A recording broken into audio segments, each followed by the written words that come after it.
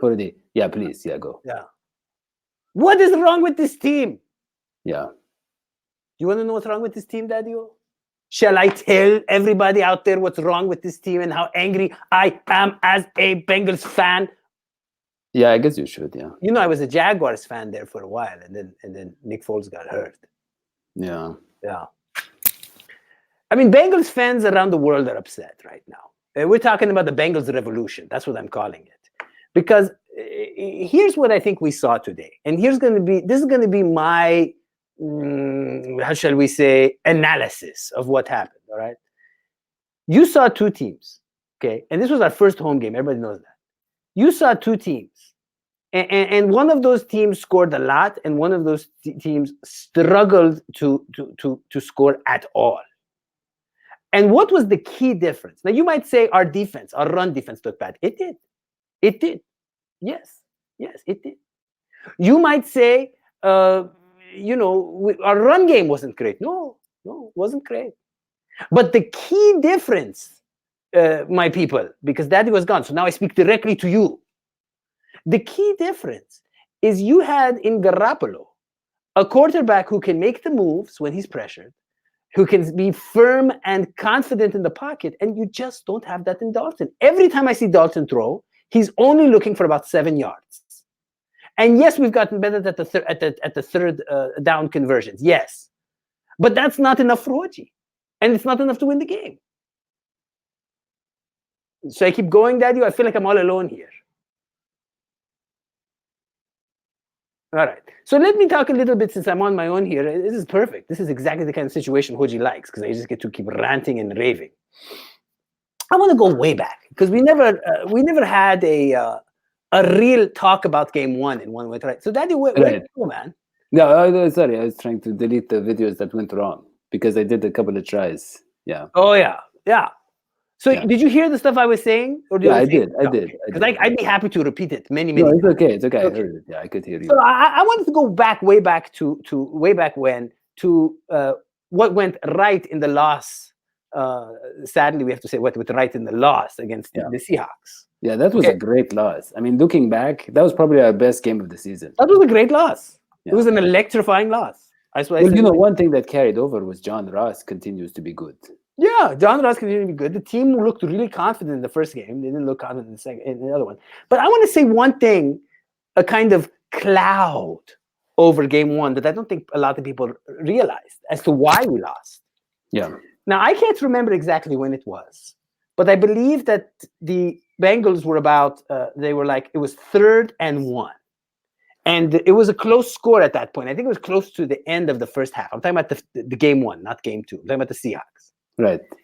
And Zack went for about a 10-yard pass on a 3rd and 1. Right. And actually, that's what I see. I see a lot of immaturity with the coaching. Wait a second. That's your problem? They could have pounded it. They got the 1 yard. We would have scored, and it wouldn't have lost that game. Okay. And I also see the immaturity in his lack of, now I want to use a metaphor here. Shall we say walnuts? Shall we say hairy peaches? In his lack of, how shall we say, testosterone-producing seminal, you get my point, in his lack of... I think, these are going a little bit too close. I mean, these aren't even analogies anymore. Yeah. In his lack of... Anyways, in not benching Dalton. Yes, benching Dalton for Finley, because that's the obvious answer at this point. Well, I mean, if we have a few more blowout losses like this, I guess we maybe give anything a try. But I mean, Dalton, he lost that, he had a bad start, and he just kind of sits there in the pockets, knowing our offensive line. He doesn't have a wall of an offensive line, but he treats it like he has one sometimes.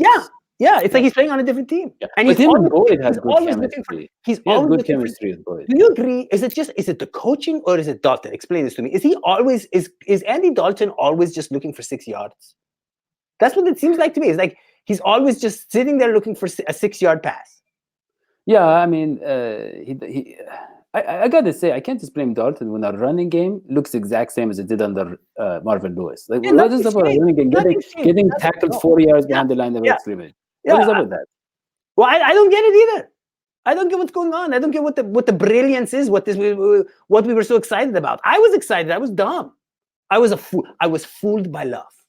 I was fooled by excitement. Yeah. But I mean, also, it just the defense looks like they did under Terrell Austin early in the season. I mean, what happened to tackling? I mean, I understand we don't have linebackers, but like, it looks like a schematic too. Looks like we have no idea what we're doing on defense. No. And the defense looked okay against the Seahawks for some reason. In fact, they looked aggressive. The defensive line looked aggressive and confident against the Seahawks. In fact, we looked more confident than they looked. But that all fell apart. And I think honestly, a big part of that is that maybe they had us figured out after the Seahawks game, and they saw, it wasn't that new anymore. I don't know. Yeah. And maybe another. I don't think people were worried about us after we lost the game, and the Seahawks didn't look very good. And the Seahawks almost lost to the Steelers, who are terrible this year. So, yeah, thank God that didn't happen. That would have made Hodgie's day worse than it already is, and it's pretty bad. Well, is it bad though? I mean, don't you feel the relief, like that we're not going to be good? Well, I mean, there was some hope a little bit. People were excited, and then we saw like Zack Taylor. I mean, is his head even in this, or is he preparing for his star quarterback next year? I think he's preparing for a star quarterback. I think, and I've said this before, and I'll say it again, but the kids at home didn't hear this because I keep saying it to Dadio. Right. I believe. Well, there's 9 kids watching now. Zack Taylor is a very tricky man, and in a good way. He's a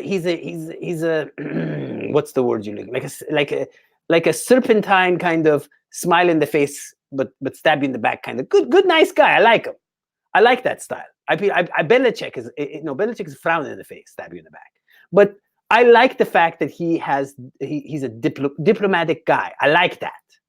I like that. But I feel like he wants the case against Dalton to be made in front of the fans because no, you're overtaking it. He wants to let Dalton. He wants to let Dalton fail, so that people can see that he's failed, and then get rid of him. I think we can't. Quarterbacks are such a crapshoot that I think he was open-minded about giving Dalton a chance because you never know. You draft one, maybe he's terrible, and then he'll be out of a job, But if he can, a lot of people thought, like Logie, of course, a lot of people thought that, hey, Dalton under a real offensive-minded coach, maybe he finally achieved his potential. But the thing is, his potential we saw. I mean, he is, he's very limited. He always has been. Even at the college level when he was very, very good, he was very limited. He's not the playmaker. He is not the playmaker. He's not. And Garoppolo is not an elite quarterback. He's not. But he looked so elite compared to what's going on our side of the ball.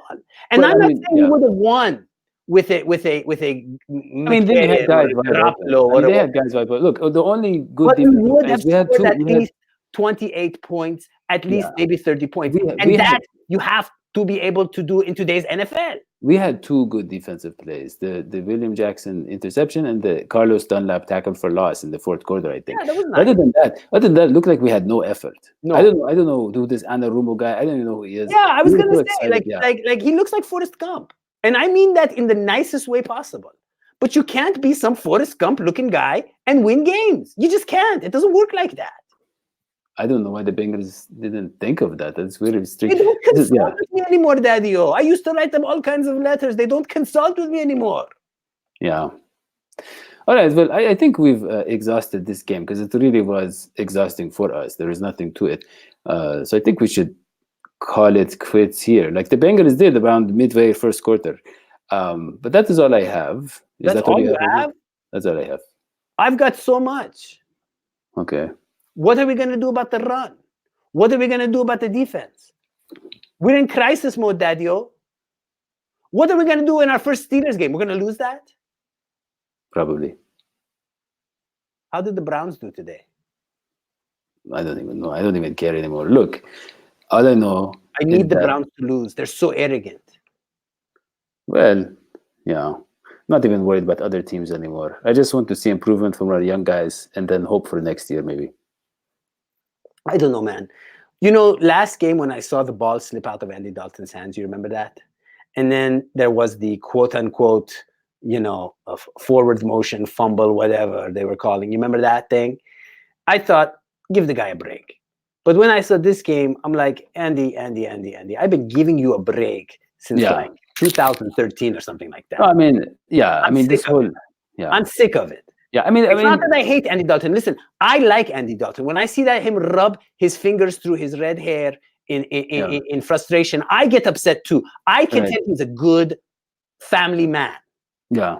But at the same time, I can also tell that he cannot handle the pressure in the pocket, that all he's aiming for is just the easy passes to Eifert, and that's it. And I can also tell that if you had a person who can navigate that situation better with the poor offensive line, or the mediocre at best offensive line, you would actually score more. I'm not talking about. Yeah, we could. Yeah, I mean, we could put You still have to improve on our defense, but we're not going to be a good team without linebackers. I mean, we have people we can tackle. We're just not. Well, exactly. Yeah. Yeah. Okay. Now you can end the show. Okay, that is all we have. We'll see you next time. SVT. Bye. Yeah. Sweetie Pies. That's my line. Bye. Okay, I'm ending it. Hold on. I just pushed the button.